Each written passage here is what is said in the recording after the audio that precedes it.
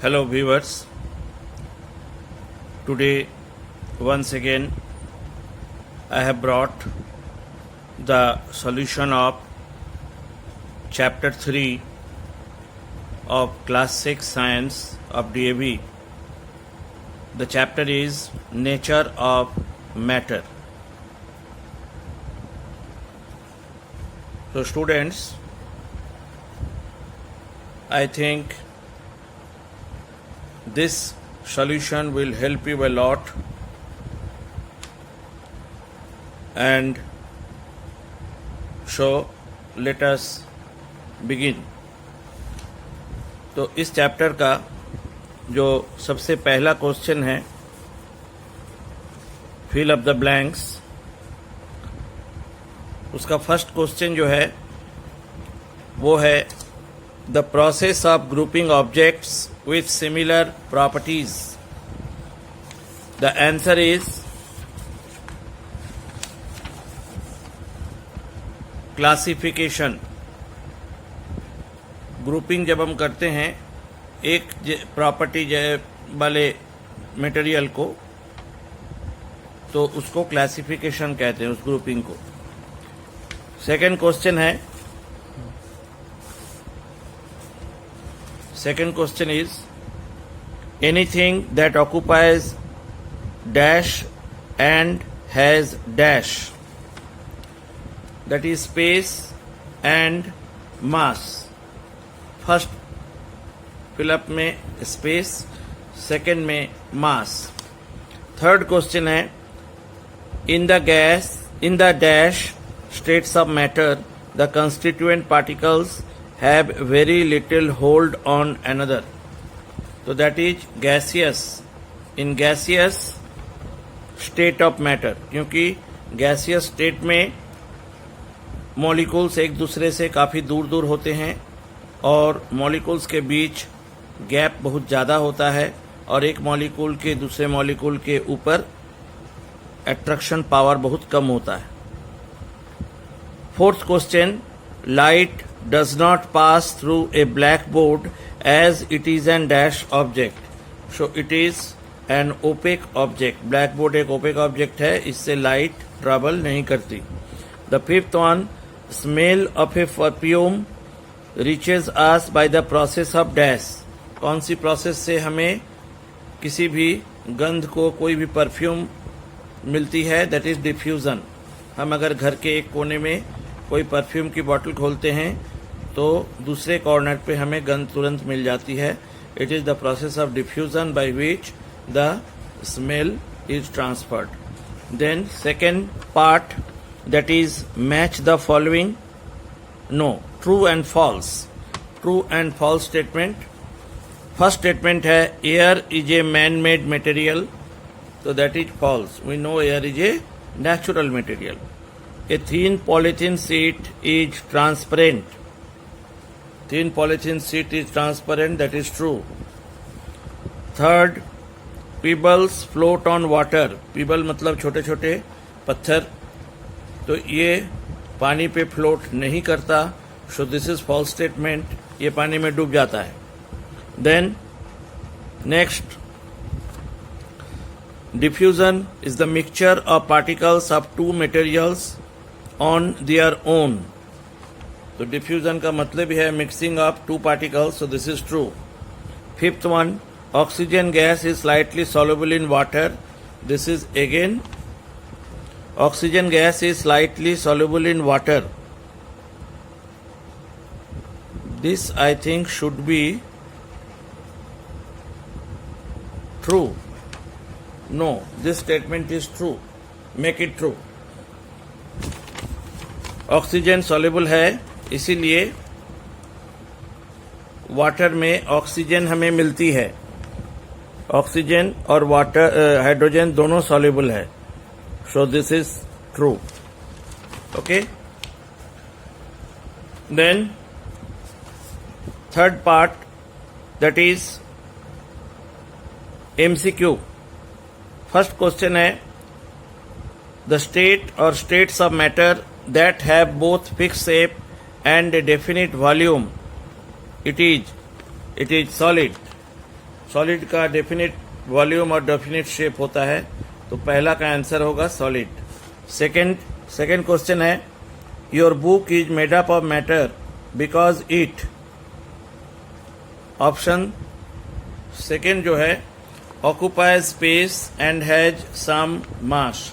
Book space occupy करता है, यानी इसको रखने के लिए जगह चाहिए, और इसकी कोई वजन भी कुछ होता है, इसलिए वो मैटर है। क्योंकि मैटर का डेफिनेशन होता है matter has mass and it occupies some space. Then third question है, question number 3, which of the following is an opaque material. इनमें से ओपेक मटेरियल कौन है?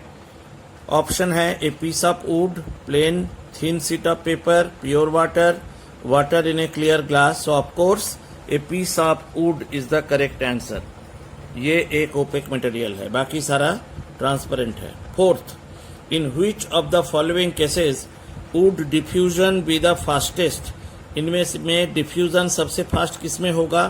तो ऑब्वियसली गैस में होगा। Gas in another gas, gas के साथ गैस का मिक्सिंग सबसे फास्ट होगा, तो ये डिफ्यूजन सबसे फास्ट होगा, गैस इन अनदर गैस।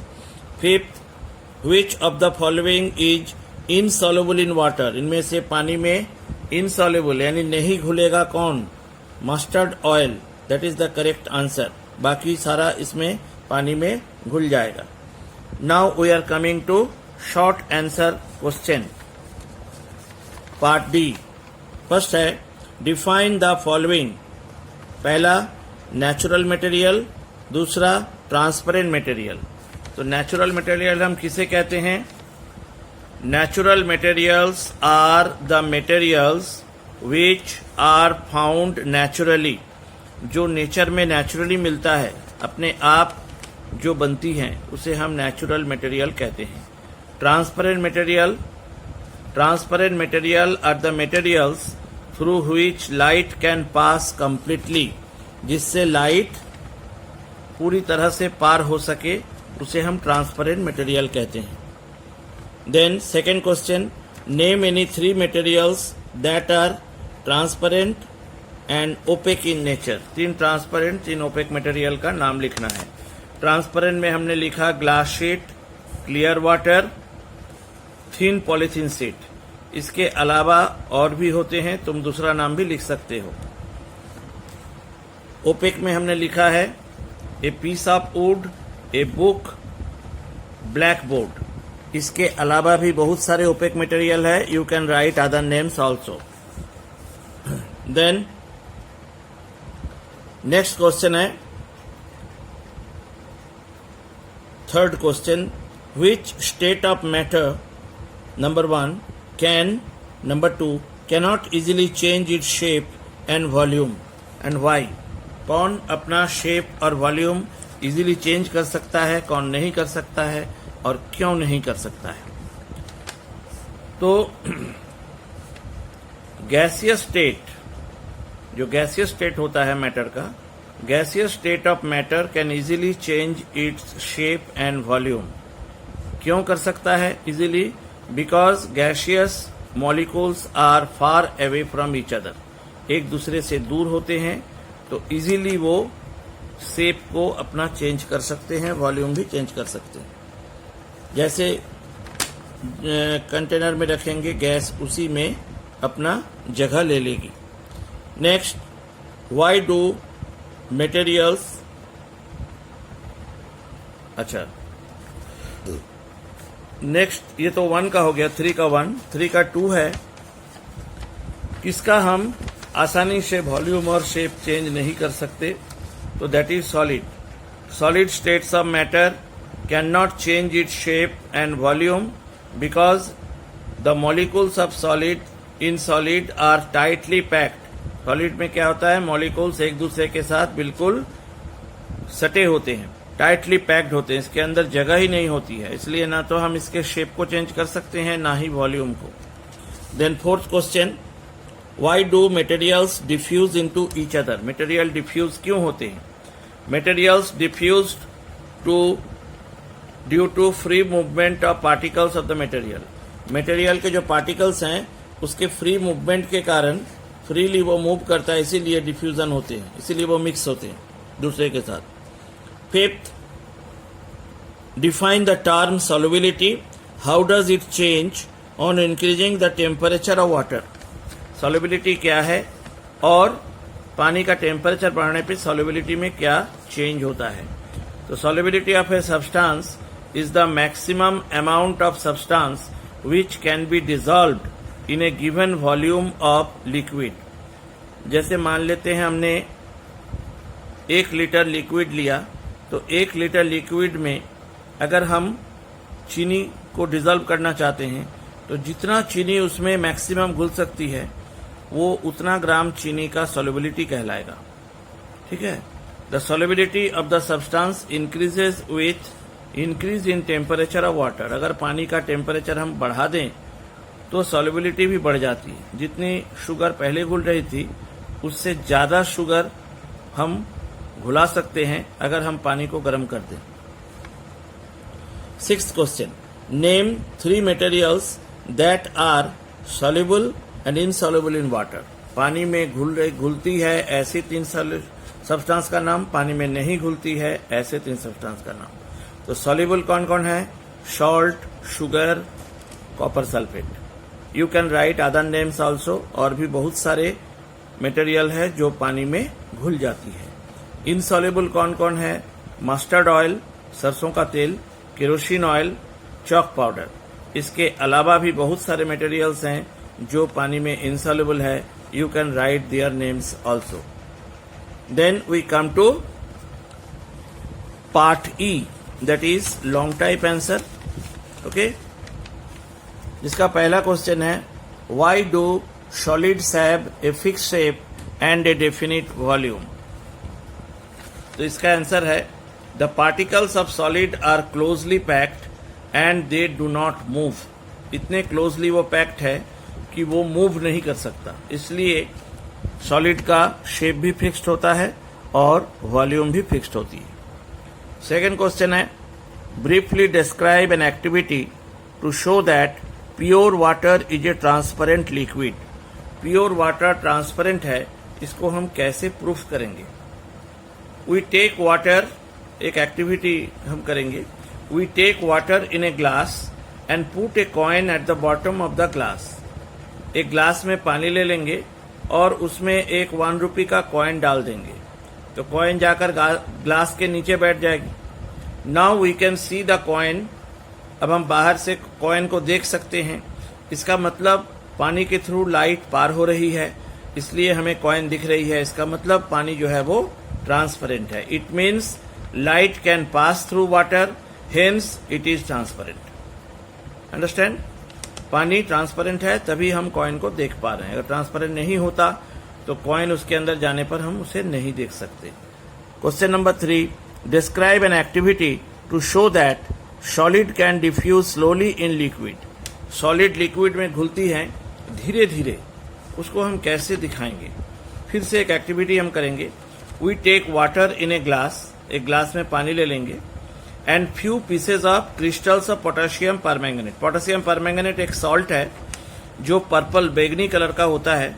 उस सॉल्ट के कुछ दाने हम पानी में डाल देंगे, टेकन इनटू इट, उस ग्लास में डाल देंगे। We find purple colour slowly mix with water and after some time the whole water becomes purple. हम देखेंगे कि एकाएक वो सॉल्ट घुलेगी नहीं, धीरे धीरे पर्पल कलर मिक्स होने लगेगा वाटर में, और कुछ समय के बाद पूरी पानी की रंग जो है वो पर्पल यानी बैंगनी हो जाएगी। इसका मतलब है कि पानी में ये सॉलिड घुल रही है, उसको घुलने में समय लग रही है। तो this experiment proves that solid dissolves in water slowly. Fourth question है what is a saturated solution. Saturated solution क्या है? How can one prepare a saturated solution of common salt in water. Common salt का saturated solution हम कैसे बनाएंगे? तो सबसे पहले सैचुरेटेड सॉल्यूशन का डेफिनेशन देंगे हम। Saturated solution is the solution in which no more substance can be dissolved at the same temperature. अगर हमने 1 कप पानी लिया है, उसमें अगर हम शुगर को घोलते जाएं, ऐसी स्थिति आएगी जब उसमें और शुगर नहीं घुलेगी, तो उस समय उस 1 कप पानी को हम कहेंगे सैचुरेटेड सॉल्यूशन ऑफ शुगर। अगर शुगर उसमें डालने पर, चम्मच से चलाने पर भी शुगर नीचे जमा रह जाता है, नहीं घुल रहा है, तो उसको हम सैचुरेटेड सॉल्यूशन कहेंगे। We take some water in a, अब कैसे बनाएंगे saturated solution? We take some water in a beaker and mix, हम यहाँ सॉल्ट का एग्जाम्पल ले रहे हैं, मिक्स सॉल्ट इन इट, उसमें सॉल्ट डालेंगे, एंड मिक्स इट वेल, और उसको चलाएंगे पानी को। We will continue to add salt till some salt remains undissolved, हम उसमें नमक डालते जाएंगे और उसको घोलते चलाते जाएंगे तब तक जब तक ना थोड़ी सी सॉल्ट पानी के नीचे, उस ग्लास के नीचे या कप के नीचे बैठ जाए। जब ऐसी स्थिति आएगी तब हम समझेंगे कि सॉल्यूशन जो है वो सैचुरेटेड हो चुकी है। Then the solution is called saturated solution. And the last question, suggest an activity to show the effect of temperature on the solubility of solid in water. हमने पढ़ा है कि सॉल्युबिलिटी पर टेम्परेचर का असर होता है, टेम्परेचर बढ़ने पर सॉल्युबिलिटी बढ़ती है, उसको हमने यहाँ पर एक एक्टिविटी से देखना है। If we take saturated solution of salt, saturated solution जो हमने पिछला क्वेश्चन में बनाने की बात की, उसको हमने एक बीकर में ले लेना है। Am it is, then it is heated, और उसको गर्म करेंगे तो हम पाएंगे कि अभी तक तो उसमें कोई नमक घुल नहीं रही थी, और लेकिन गर्म करने के बाद we find after heating more salt can be dissolve, हो सकता है 1 चम्मच या 2 चम्मच नमक और उसमें घुल जाए। इसका मतलब है कि गर्म करने के बाद इसकी सॉल्युबिलिटी बढ़ गई है। It means rise in temperature increases solubility. Okay, so this chapter question answers are completed. I think you have understood, and like in other video, once again I am telling you that if you have liked my video, अगर तुम्हें पसंद आई है तो तुम मेरे channel को subscribe करना और वीडियो को शेयर जरूर करना। Okay, thank you. We will again meet in next video.